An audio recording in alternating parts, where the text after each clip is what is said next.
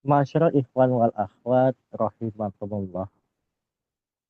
Pada bulan ini adalah bulan Jumadil Ula. Di dalam kitab Fadhailus Suhur di huruf ke-9 berbicara tentang huruf lam yang dimaknai oleh guru kita wa amal lami fi hadzal syahri al-lauf.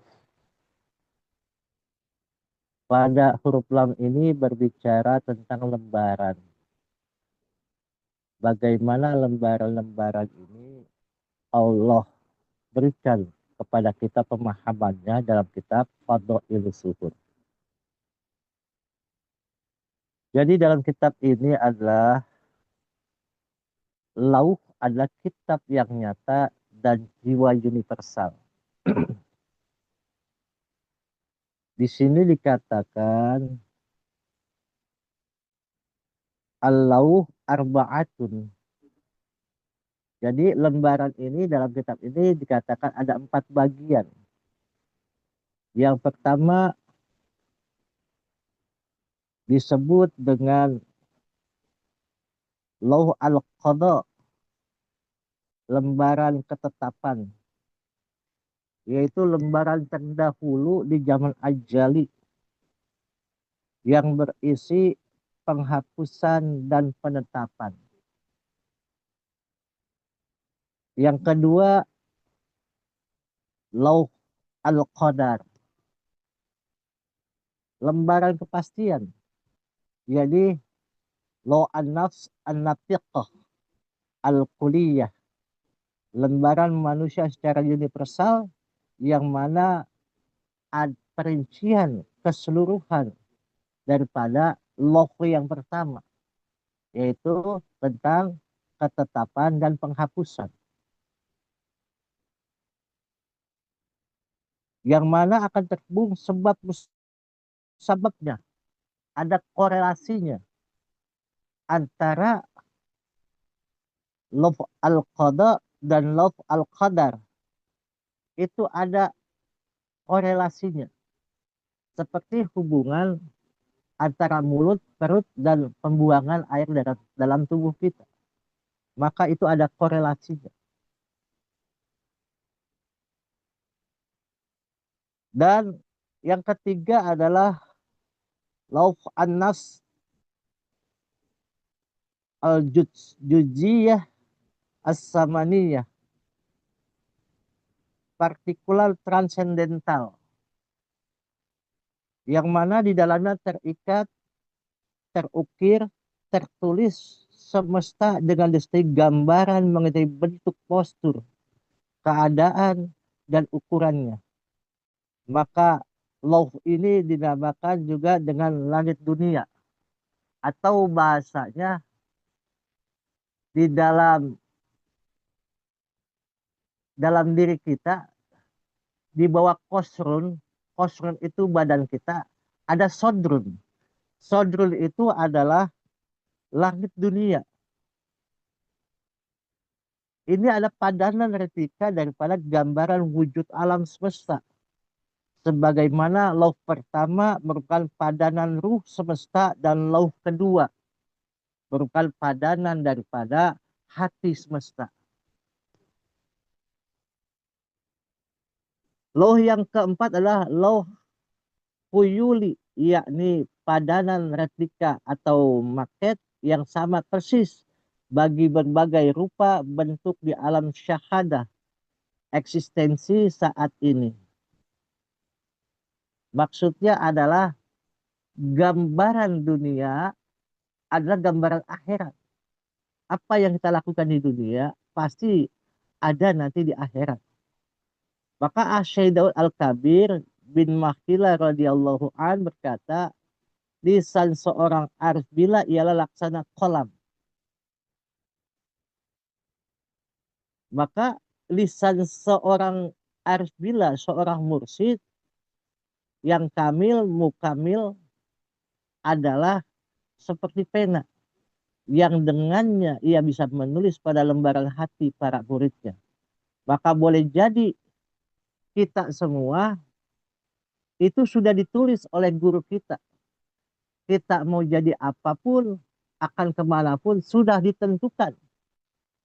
Adalah gambaran daripada Allah memberikan eksistensi kepada Syekh Mursyid untuk menjalankan risalahnya, untuk menetapkan murid-muridnya untuk menjadi apapun yang diinginkan. Dan untuk mengetahui tentang maknanya daripada kehidupan. Dan juga Syekh Daud Al-Kabir berkata, hati merupakan bayangan dari cahaya ruh. Ruh merupakan bayangan dari cahaya sir. Sir merupakan tempat terlihatnya sinar hakikat yang pertama dan permulaan pembentukan alam eksistensial. Ini yang dikatakan bahasanya lubban atau lubbun, eksistensi. Maka di sini saya hanya akan menyampaikan tentang law al-qada, lembaran ketetapan yang berisi penghapusan dan penetapan. Maka di sini adalah kita berjalan dalam lingkup hablum minan nas. Karena dalam hablum minan nas ini, seseorang mungkin jasad, punya ruh dan punya rasa, mereka ada penetapan dan mereka juga ada penghapusan. Sesuai dengan cara ibadah mereka, agar diberikan penetapannya sesuai dengan ketentuan Allah dan penghapusannya karena perbuatannya. Maka dalam hal ini, dalam kitab Al-Minahus Saniyah yang dikarang oleh Syekh Abdul Wahab Asy-Sya'rani mengatakan dalam tahapan lauh al-qada, maka manusia harus bisa berbuat baik terhadap sesama. Seseorang yang ingin mencapai tingkatan yang tinggi di sisi Allah Subhanahu wa Ta'ala harus menjauhkan diri dari segala perbuatan yang merugikan pihak lain. Dan juga beribadah sesuai dengan aturan yang dibawa oleh baginda Nabi Muhammad Sallallahu Alaihi Wasallam dan para rasul-rasul. Apa saja yang merugikan pihak lain, baik yang berupa menyakiti hati maupun menyakiti badan orang lain. Karena di sini bersinggungan antara manusia yang hidup dengan manusia yang hidup. Manusia yang hidup dengan makhluk yang hidup seperti hewan, tumbuhan. Ini bersinggungan. Bagaimana perbuatan itu selaras dengan apa yang Allah perintahkan kepada kita.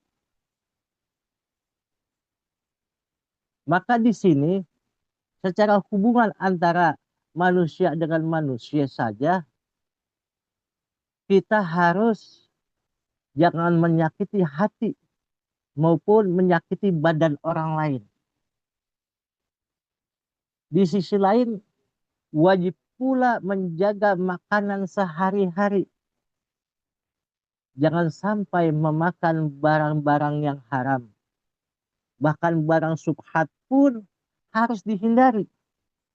Sebab barang haram dan barang subhat hanya akan menjadi penghalang bagi seseorang yang ingin mendekatkan diri kepada Allah. Demikian pula berbuat zalim terhadap sesama, maka ini harus benar-benar dihindari. Imam Sahal menegaskan, innama hujibal khalqu anil wusuli wa musyahadatil malakuti bisyai'aini su'it tum'ati wa azal khalqi. Sesungguhnya manusia bisa terhalang kehendaknya untuk mencapai kedudukan tinggi di sisi Allah dan penglihatannya kepada alam malaikat karena dua perkara, yakni jelek makanannya dan suka menyakiti orang lain. Ini yang harus kita jaga. Jangan sampai makanan kita buruk sebab musabab datangnya daripada makanan tersebut. Dan jangan suka menyakiti hati orang lain. Menyakiti hati orang lain adalah racun yang dapat membunuh segala aktivitas seseorang. Karena dengan menyakiti hati saja akan terjadi konflik, baik secara fisik maupun secara rohani. Karenanya seseorang tidak akan mendapat dukungan dari orang lain, bantuan dari orang lain, simpati dari orang lain, sehingga dapat mewujudkan sarana dan prasarana beribadah pun akan terasa sulit. Cobalah kita konflik dengan tetangga kita. Pasti perasaan kita akan sulit. Kalau bahasanya, punya kawan sejuta dengan musuh yang satu lebih berat daripada punya kawan yang sejuta untuk menghindarinya daripada musuh yang satu. Karena apa? Dia bisa menyerang kapanpun. Yang kita tidak bisa tolerir apapun keadaannya. Maka dari itu, akhirnya ibadah itu sendiri terhalang untuk kita bisa melakukannya dengan baik. Maka perlu dihindari oleh setiap orang yang berkeinginan mencapai tingkatan ma'rifat kepada Allah Subhanahu wa taala.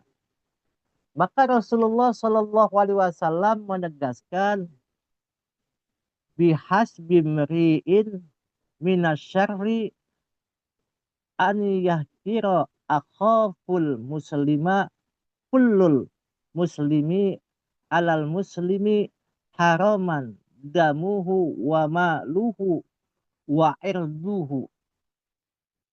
Cukup kejelekan seseorang apabila meremehkan saudaranya sesama muslim. Setiap muslim terhadap muslim lainnya adalah haram darahnya, hartanya, dan kehormatannya. Maka di sini haram untuk kita semua karena menjelekkan, karena haram darah, harta, dan kehormatannya bila kita menjelekkan sesama muslim. Di Tanbih sudah dijelaskan bagaimana perilaku sikap kita kepada orang yang di atas, orang yang berilmu, orang yang sepantaran, orang miskin, betul-betul kita bisa menjaga. Cukup Tanbih sebagai nasihat kita untuk kita bisa memastikan bahwa saja dengan menjalankan itu kita akan selamat di dunia dan di akhirat. Islam memerintahkan agar antara sesama muslim saling menghormati, saling menjaga, saling mengasihi. Sebab pada dasarnya mereka adalah serumpun, satu saudara, dimulai daripada Nabi Adam alaihissalam. Apabila di antara mereka ada yang bersengketa, maka hendaklah segera didamaikan. Allah Subhanahu wa taala berfirman dalam surat Al-Hujurat ayat 10, "Innamal mu'minuna ikhwatun fa aslihu baina akhawatikum akhwayakum wattaqullah la'alakum turhamun." Sesungguhnya orang-orang mukmin itu bersaudara. Karena itu, damaikanlah antara kedua saudaramu dan bertakwalah kepada Allah supaya kamu mendapatkan rahmat.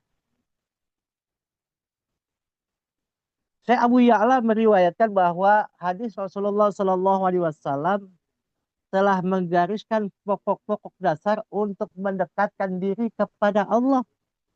Ya, ini ada 7 perkara. Satu, berpegang teguh kepada kitab Allah. Maksudnya adalah Al-Quran sebagai dasar landasan. Yang kedua, mengikuti perilaku Rasulullah, perilaku baginda Nabi, perilaku para sahabat, para tabi'in, sampai perilaku daripada guru agung kita. Dan ketiga adalah memakan barang yang halal, lagi thayyib. Dan yang keempat, menjauhi dari sifat maksiat. Dan yang kelima, bertaubat kepada Allah. Dan yang keenam, melaksanakan kewajiban. Maka kewajiban ini berlaku untuk murid. Setiap murid wajib untuk melaksanakan segala kewajiban, baik yang berkaitan dengan ibadat, maupun pergaulan di tengah masyarakat, maupun irsadat, maklumat yang disampaikan oleh gurunya. Ini wajib melaksanakan. Kalau tidak melaksanakan, ya siap-siap saja seperti itu. Dan yang ketujuh, berbuat baik terhadap sesama. Maka di sini wajib seorang murid untuk menghormati sesama ikhwan, menghormati gurunya, dan menghormati orang lain.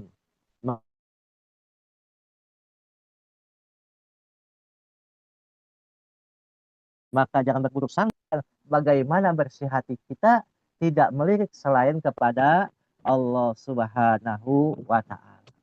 Semoga dalam love al-qadha ini membawa kita bahwasanya penetapan dan penghapusan itu adanya di saat sekarang yang kita jalankan, agar kita makin hati-hati lagi dalam berbuat, bertindak sesuai apa yang diperintahkan oleh guru kita semua. Maka semuanya, segalanya, selamanya. Wallahul muwafiq ila aqwamit thoriq. Assalamualaikum warahmatullahi wabarakatuh.